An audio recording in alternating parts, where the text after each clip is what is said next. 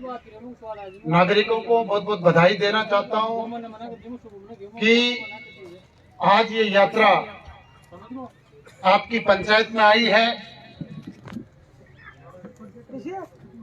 और माननीय मोदी साहब ने, हमारे प्रधानमंत्री जी ने एक संकल्प लेकर, एक सपना लेकर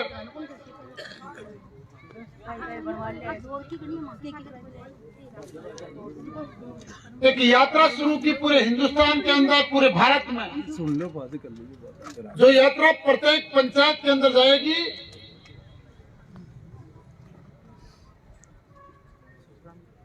और माननीय प्रधानमंत्री जी का मानना है कि सरकारें योजनाएं बनाती हैं, योजनाएं लागू करती हैं, लेकिन पूरे लोगों को, जिनको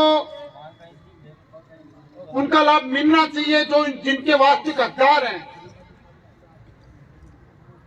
उन लोगों को इन योजनाओं का लाभ नहीं मिल पाता।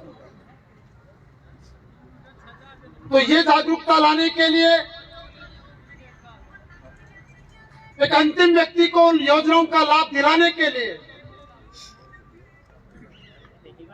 उन्होंने एक विजन प्लान तैयार किया और एक बहुत बड़ी ऐतिहासिक यात्रा है। ये भारत के इतिहास में एक पहली यात्रा है जिसके द्वारा लोगों को लाभ दिया जा रहा है, लोगों को सरकारी योजनाओं का लाभ मिल रहा है। और निश्चित रूप से जहां जहां भी ये यात्रा अभी तक गई है, जिन पंचायतों में, उसका बहुत अच्छा फीडबैक आ रहा है। वहां से लोगों को अच्छा रिस्पॉन्स मिल रहा है। कई सालों से जो लोग विभागों के चक्कर काटते थे, अधिकारी कर्मचारी उनको मिलते नहीं थे, आज वो अधिकारी कर्मचारी खुद चलकर पंचायत हेडक्वार्टर के ऊपर उनकी मदद करने के लिए पहुंचे। ये वास्तव में एक नए भारत की पहचान के रूप में ये यात्रा चल रही है। मैं सभी लोगों से निवेदन करना चाहता हूं, विनती करना चाहता हूं कि जिस किसी को भी योजना का लाभ नहीं मिल रहा, आप अपने कागजात हैं, डॉक्यूमेंट्स हैं, सभी कर्मचारी अधिकारी यहाँ पे हर विभागों के मौजूद हैं। तो आप सब लोग अपनी बात उनके सामने रखिए, अपने डॉक्यूमेंट्स उपलब्ध करवाइए। क्या दिक्कत आ रही है वो आपको बताएंगे, उस कमी को आप पूरी कीजिए। और मैं इस मौके पर कर्मचारी अधिकारियों से भी निवेदन करना चाहता हूं कि वास्तविक रूप में देखा जाए तो इस सफलता, इस यात्रा की सफलता का पूरा दारोमदार आपकी कलम के ऊपर है। अगर आप ड्यूटी के अलावा, एक होता है हमें ड्यूटी करनी है, हमें टारगेट पूरा करना है, ठीक है, इस विभाग में 5 रजिस्ट्रेशन हो गए, 5 लोगों को फायदा मिल गया, अपना भी काम निकल गया। एक होती है ये चीज, एक होती है दूसरी चीज की नहीं, अगर कोई आदमी आया है तो हमारा दायित्व बनता है, हमारा धर्म बनता है उसकी कैसे भी करके मदद करें। ड्यूटी के साथ साथ अगर हमारे मन में सेवा भावना होगी तो निश्चित रूप से जो टारगेट है उससे भी कहीं ज्यादा हम लोगों को मदद पहुंचा पाएंगे, इसमें कोई दो राय नहीं है।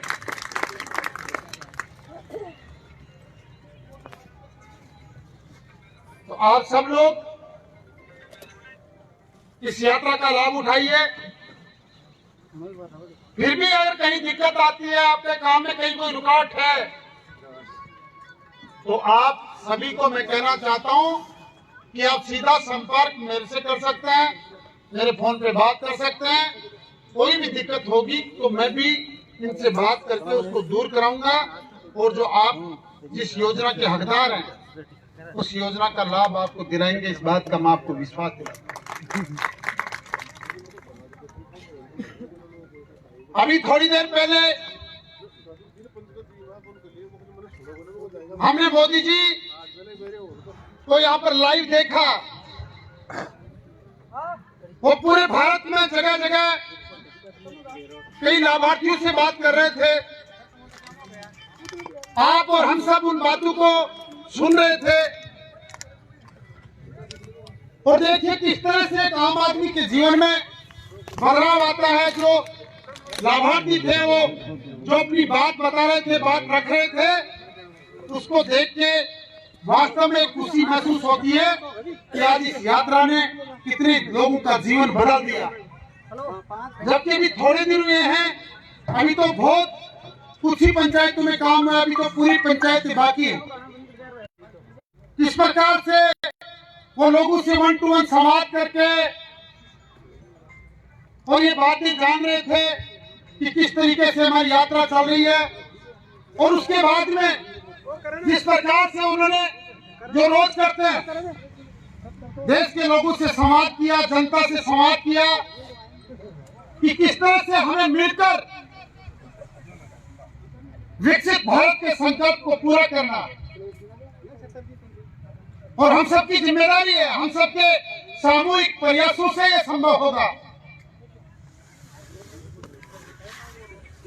इसलिए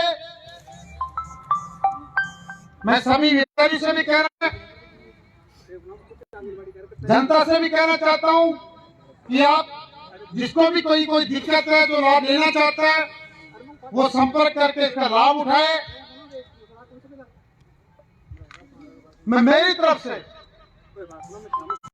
कि आप लोगों ने एक साधारण से कार्यकर्ता को इतनी बड़ी जिम्मेदारी सौंपी, विश्वास जताया और 50 साल के जो दो राज परिवारों का बहुत बड़ा साम्राज्य था, उसको उखाड़कर एक साधारण से नौजवान को, साधारण परिवार के नौजवान को आपने मुझे विधानसभा में पहुंचने का मौका दिया। मैं इस माध्यम से आप सबका धन्यवाद भी करने आया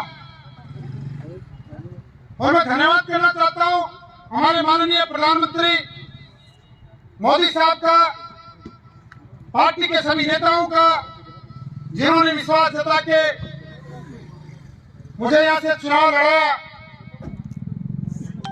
और आज मैं आप लोगों की सेवा के बीच में, आपके बीच में हाजिर हूं। मैं पूरी जनता जनार्दन को विश्वास दिलाना चाहता हूं कि मैं हमेशा 36 बिरादरी को साथ लेके एक नेता नहीं, आपके परिवार का भाई बेटा बनकर आप लोगों के काम करूंगा। इस बात का मैं आपको विश्वास दिलाता हूं। और निश्चित रूप से चेहरे बदलने से राजनीति नहीं बदलती। जब तक व्यवस्था में बदलाव नहीं होता, तब तक राजनीति में बदलाव संभव नहीं है। मैं उस अंतिम से अंतिम और साधारण से साधारण व्यक्ति को कहना चाहता हूं, जो राजनेताओं को नहीं जानता, जो अधिकारियों को नहीं जानता, जो कर्मचारियों को नहीं जानता, जिसको ये पता नहीं किसका विभाग कहां पे है, उस साधारण से साधारण व्यक्ति को मेरी तरफ से एक विश्वास दिलाना चाहता हूं कि आपको कभी कोई काम पड़े, कैसी भी आपके सामने समस्या है, आपको पता नहीं है कि मुझे किससे बात करनी है, किस अधिकारी से बात करूं, मैं इस काम के लिए किस विभाग में संपर्क करूं, तो मैं आपको विश्वास दिलाना चाहता हूं, आपको संकोच करने की जरूरत नहीं है, झिझक करने की जरूरत नहीं है। या तो आपके पास मेरे नंबर होंगे या आप ले लेना। कहीं कोई आपको समस्या हो, सीधा डायरेक्ट मेरे फोन पे आप फोन मिलाओ। बाकी का आगे का काम मेरा है। आगे का काम करने की जिम्मेदारी मैं लेता हूं, किसी को कहने की जरूरत नहीं है। वरना पहले हम देखते थे, लोगों का काम पड़ता था 10, 20, 50 लोगों को लेके जाओ, जनप्रतिनिधि के पास में जाओ, सुनाई हो तो हो, नहीं हो। एक साधारण सा आदमी कहां जाए, क्या करे, पहले उसको गाड़ी किराए करो, फिर नेताओं के पास पहुंचो। तो मैं आपसे कहना चाहता हूं, कहीं किसी को कहने सुनने की जरूरत नहीं है। आपने सुभाष मीर को विधानसभा में पहुंचा है और जयपुर से निकलने के बाद जब हम सीकर की तरफ आते हैं, जयपुर क्रॉस करने के बाद में जो एनएच जा रही है, यहां से लेके ठेठ गंगानगर, जैसलमेर, बाड़मेर, पूरे पाकिस्तान बॉर्डर तक। इतनी बड़ी जीत किसी व्यक्ति को नहीं दी जितनी बड़ी जीत आपने मेरे को दी। इसलिए मैं बात कभी भूल नहीं सकता। मैं राजनीति में चाहे किसी पद पर रहूं न रहूं, लेकिन जो आशीर्वाद कांवट की जनता और खंडेला की जनता ने मुझे दिया है, मैं जीते जी पूरी उम्र भर इसको भूल नहीं पाऊंगा। मैं आपको कहना चाहता हूं, और जितनी बड़ी जीत है उतनी बड़ी हमारी जिम्मेदारी बढ़ती है। इसलिए जिस उम्मीद के साथ में, जिस अपेक्षा के साथ में लोगों ने मुझ पर विश्वास जताया है, मैं भी आप लोगों को विश्वास दिलाता हूं कि हमेशा आपकी उम्मीदों के ऊपर खरा उतरूंगा। कहीं झिझक की जरूरत नहीं है। कुछ साथी थोड़ा संकोच करते हैं। मैं जहां भी प्रोग्राम में आज गया था, 2-4 कि नहीं यार एमएलए बन गया भाई, कैसे क्या। मैं आपको कहना चाहता हूं, हमेशा आप लोगों का वही मान सम्मान होगा जो मैंने पहले किया। मेरे व्यक्तित्व में, मेरे व्यवहार में, मेरे कर्म में कहीं भी कोई फर्क नहीं आएगा। चुनाव से पहले जैसा था वैसा सुभाष मिल आज भी आपके बीच। मैं आपको विश्वास दिलाता हूं, सभी बड़े बुजुर्गों को भी,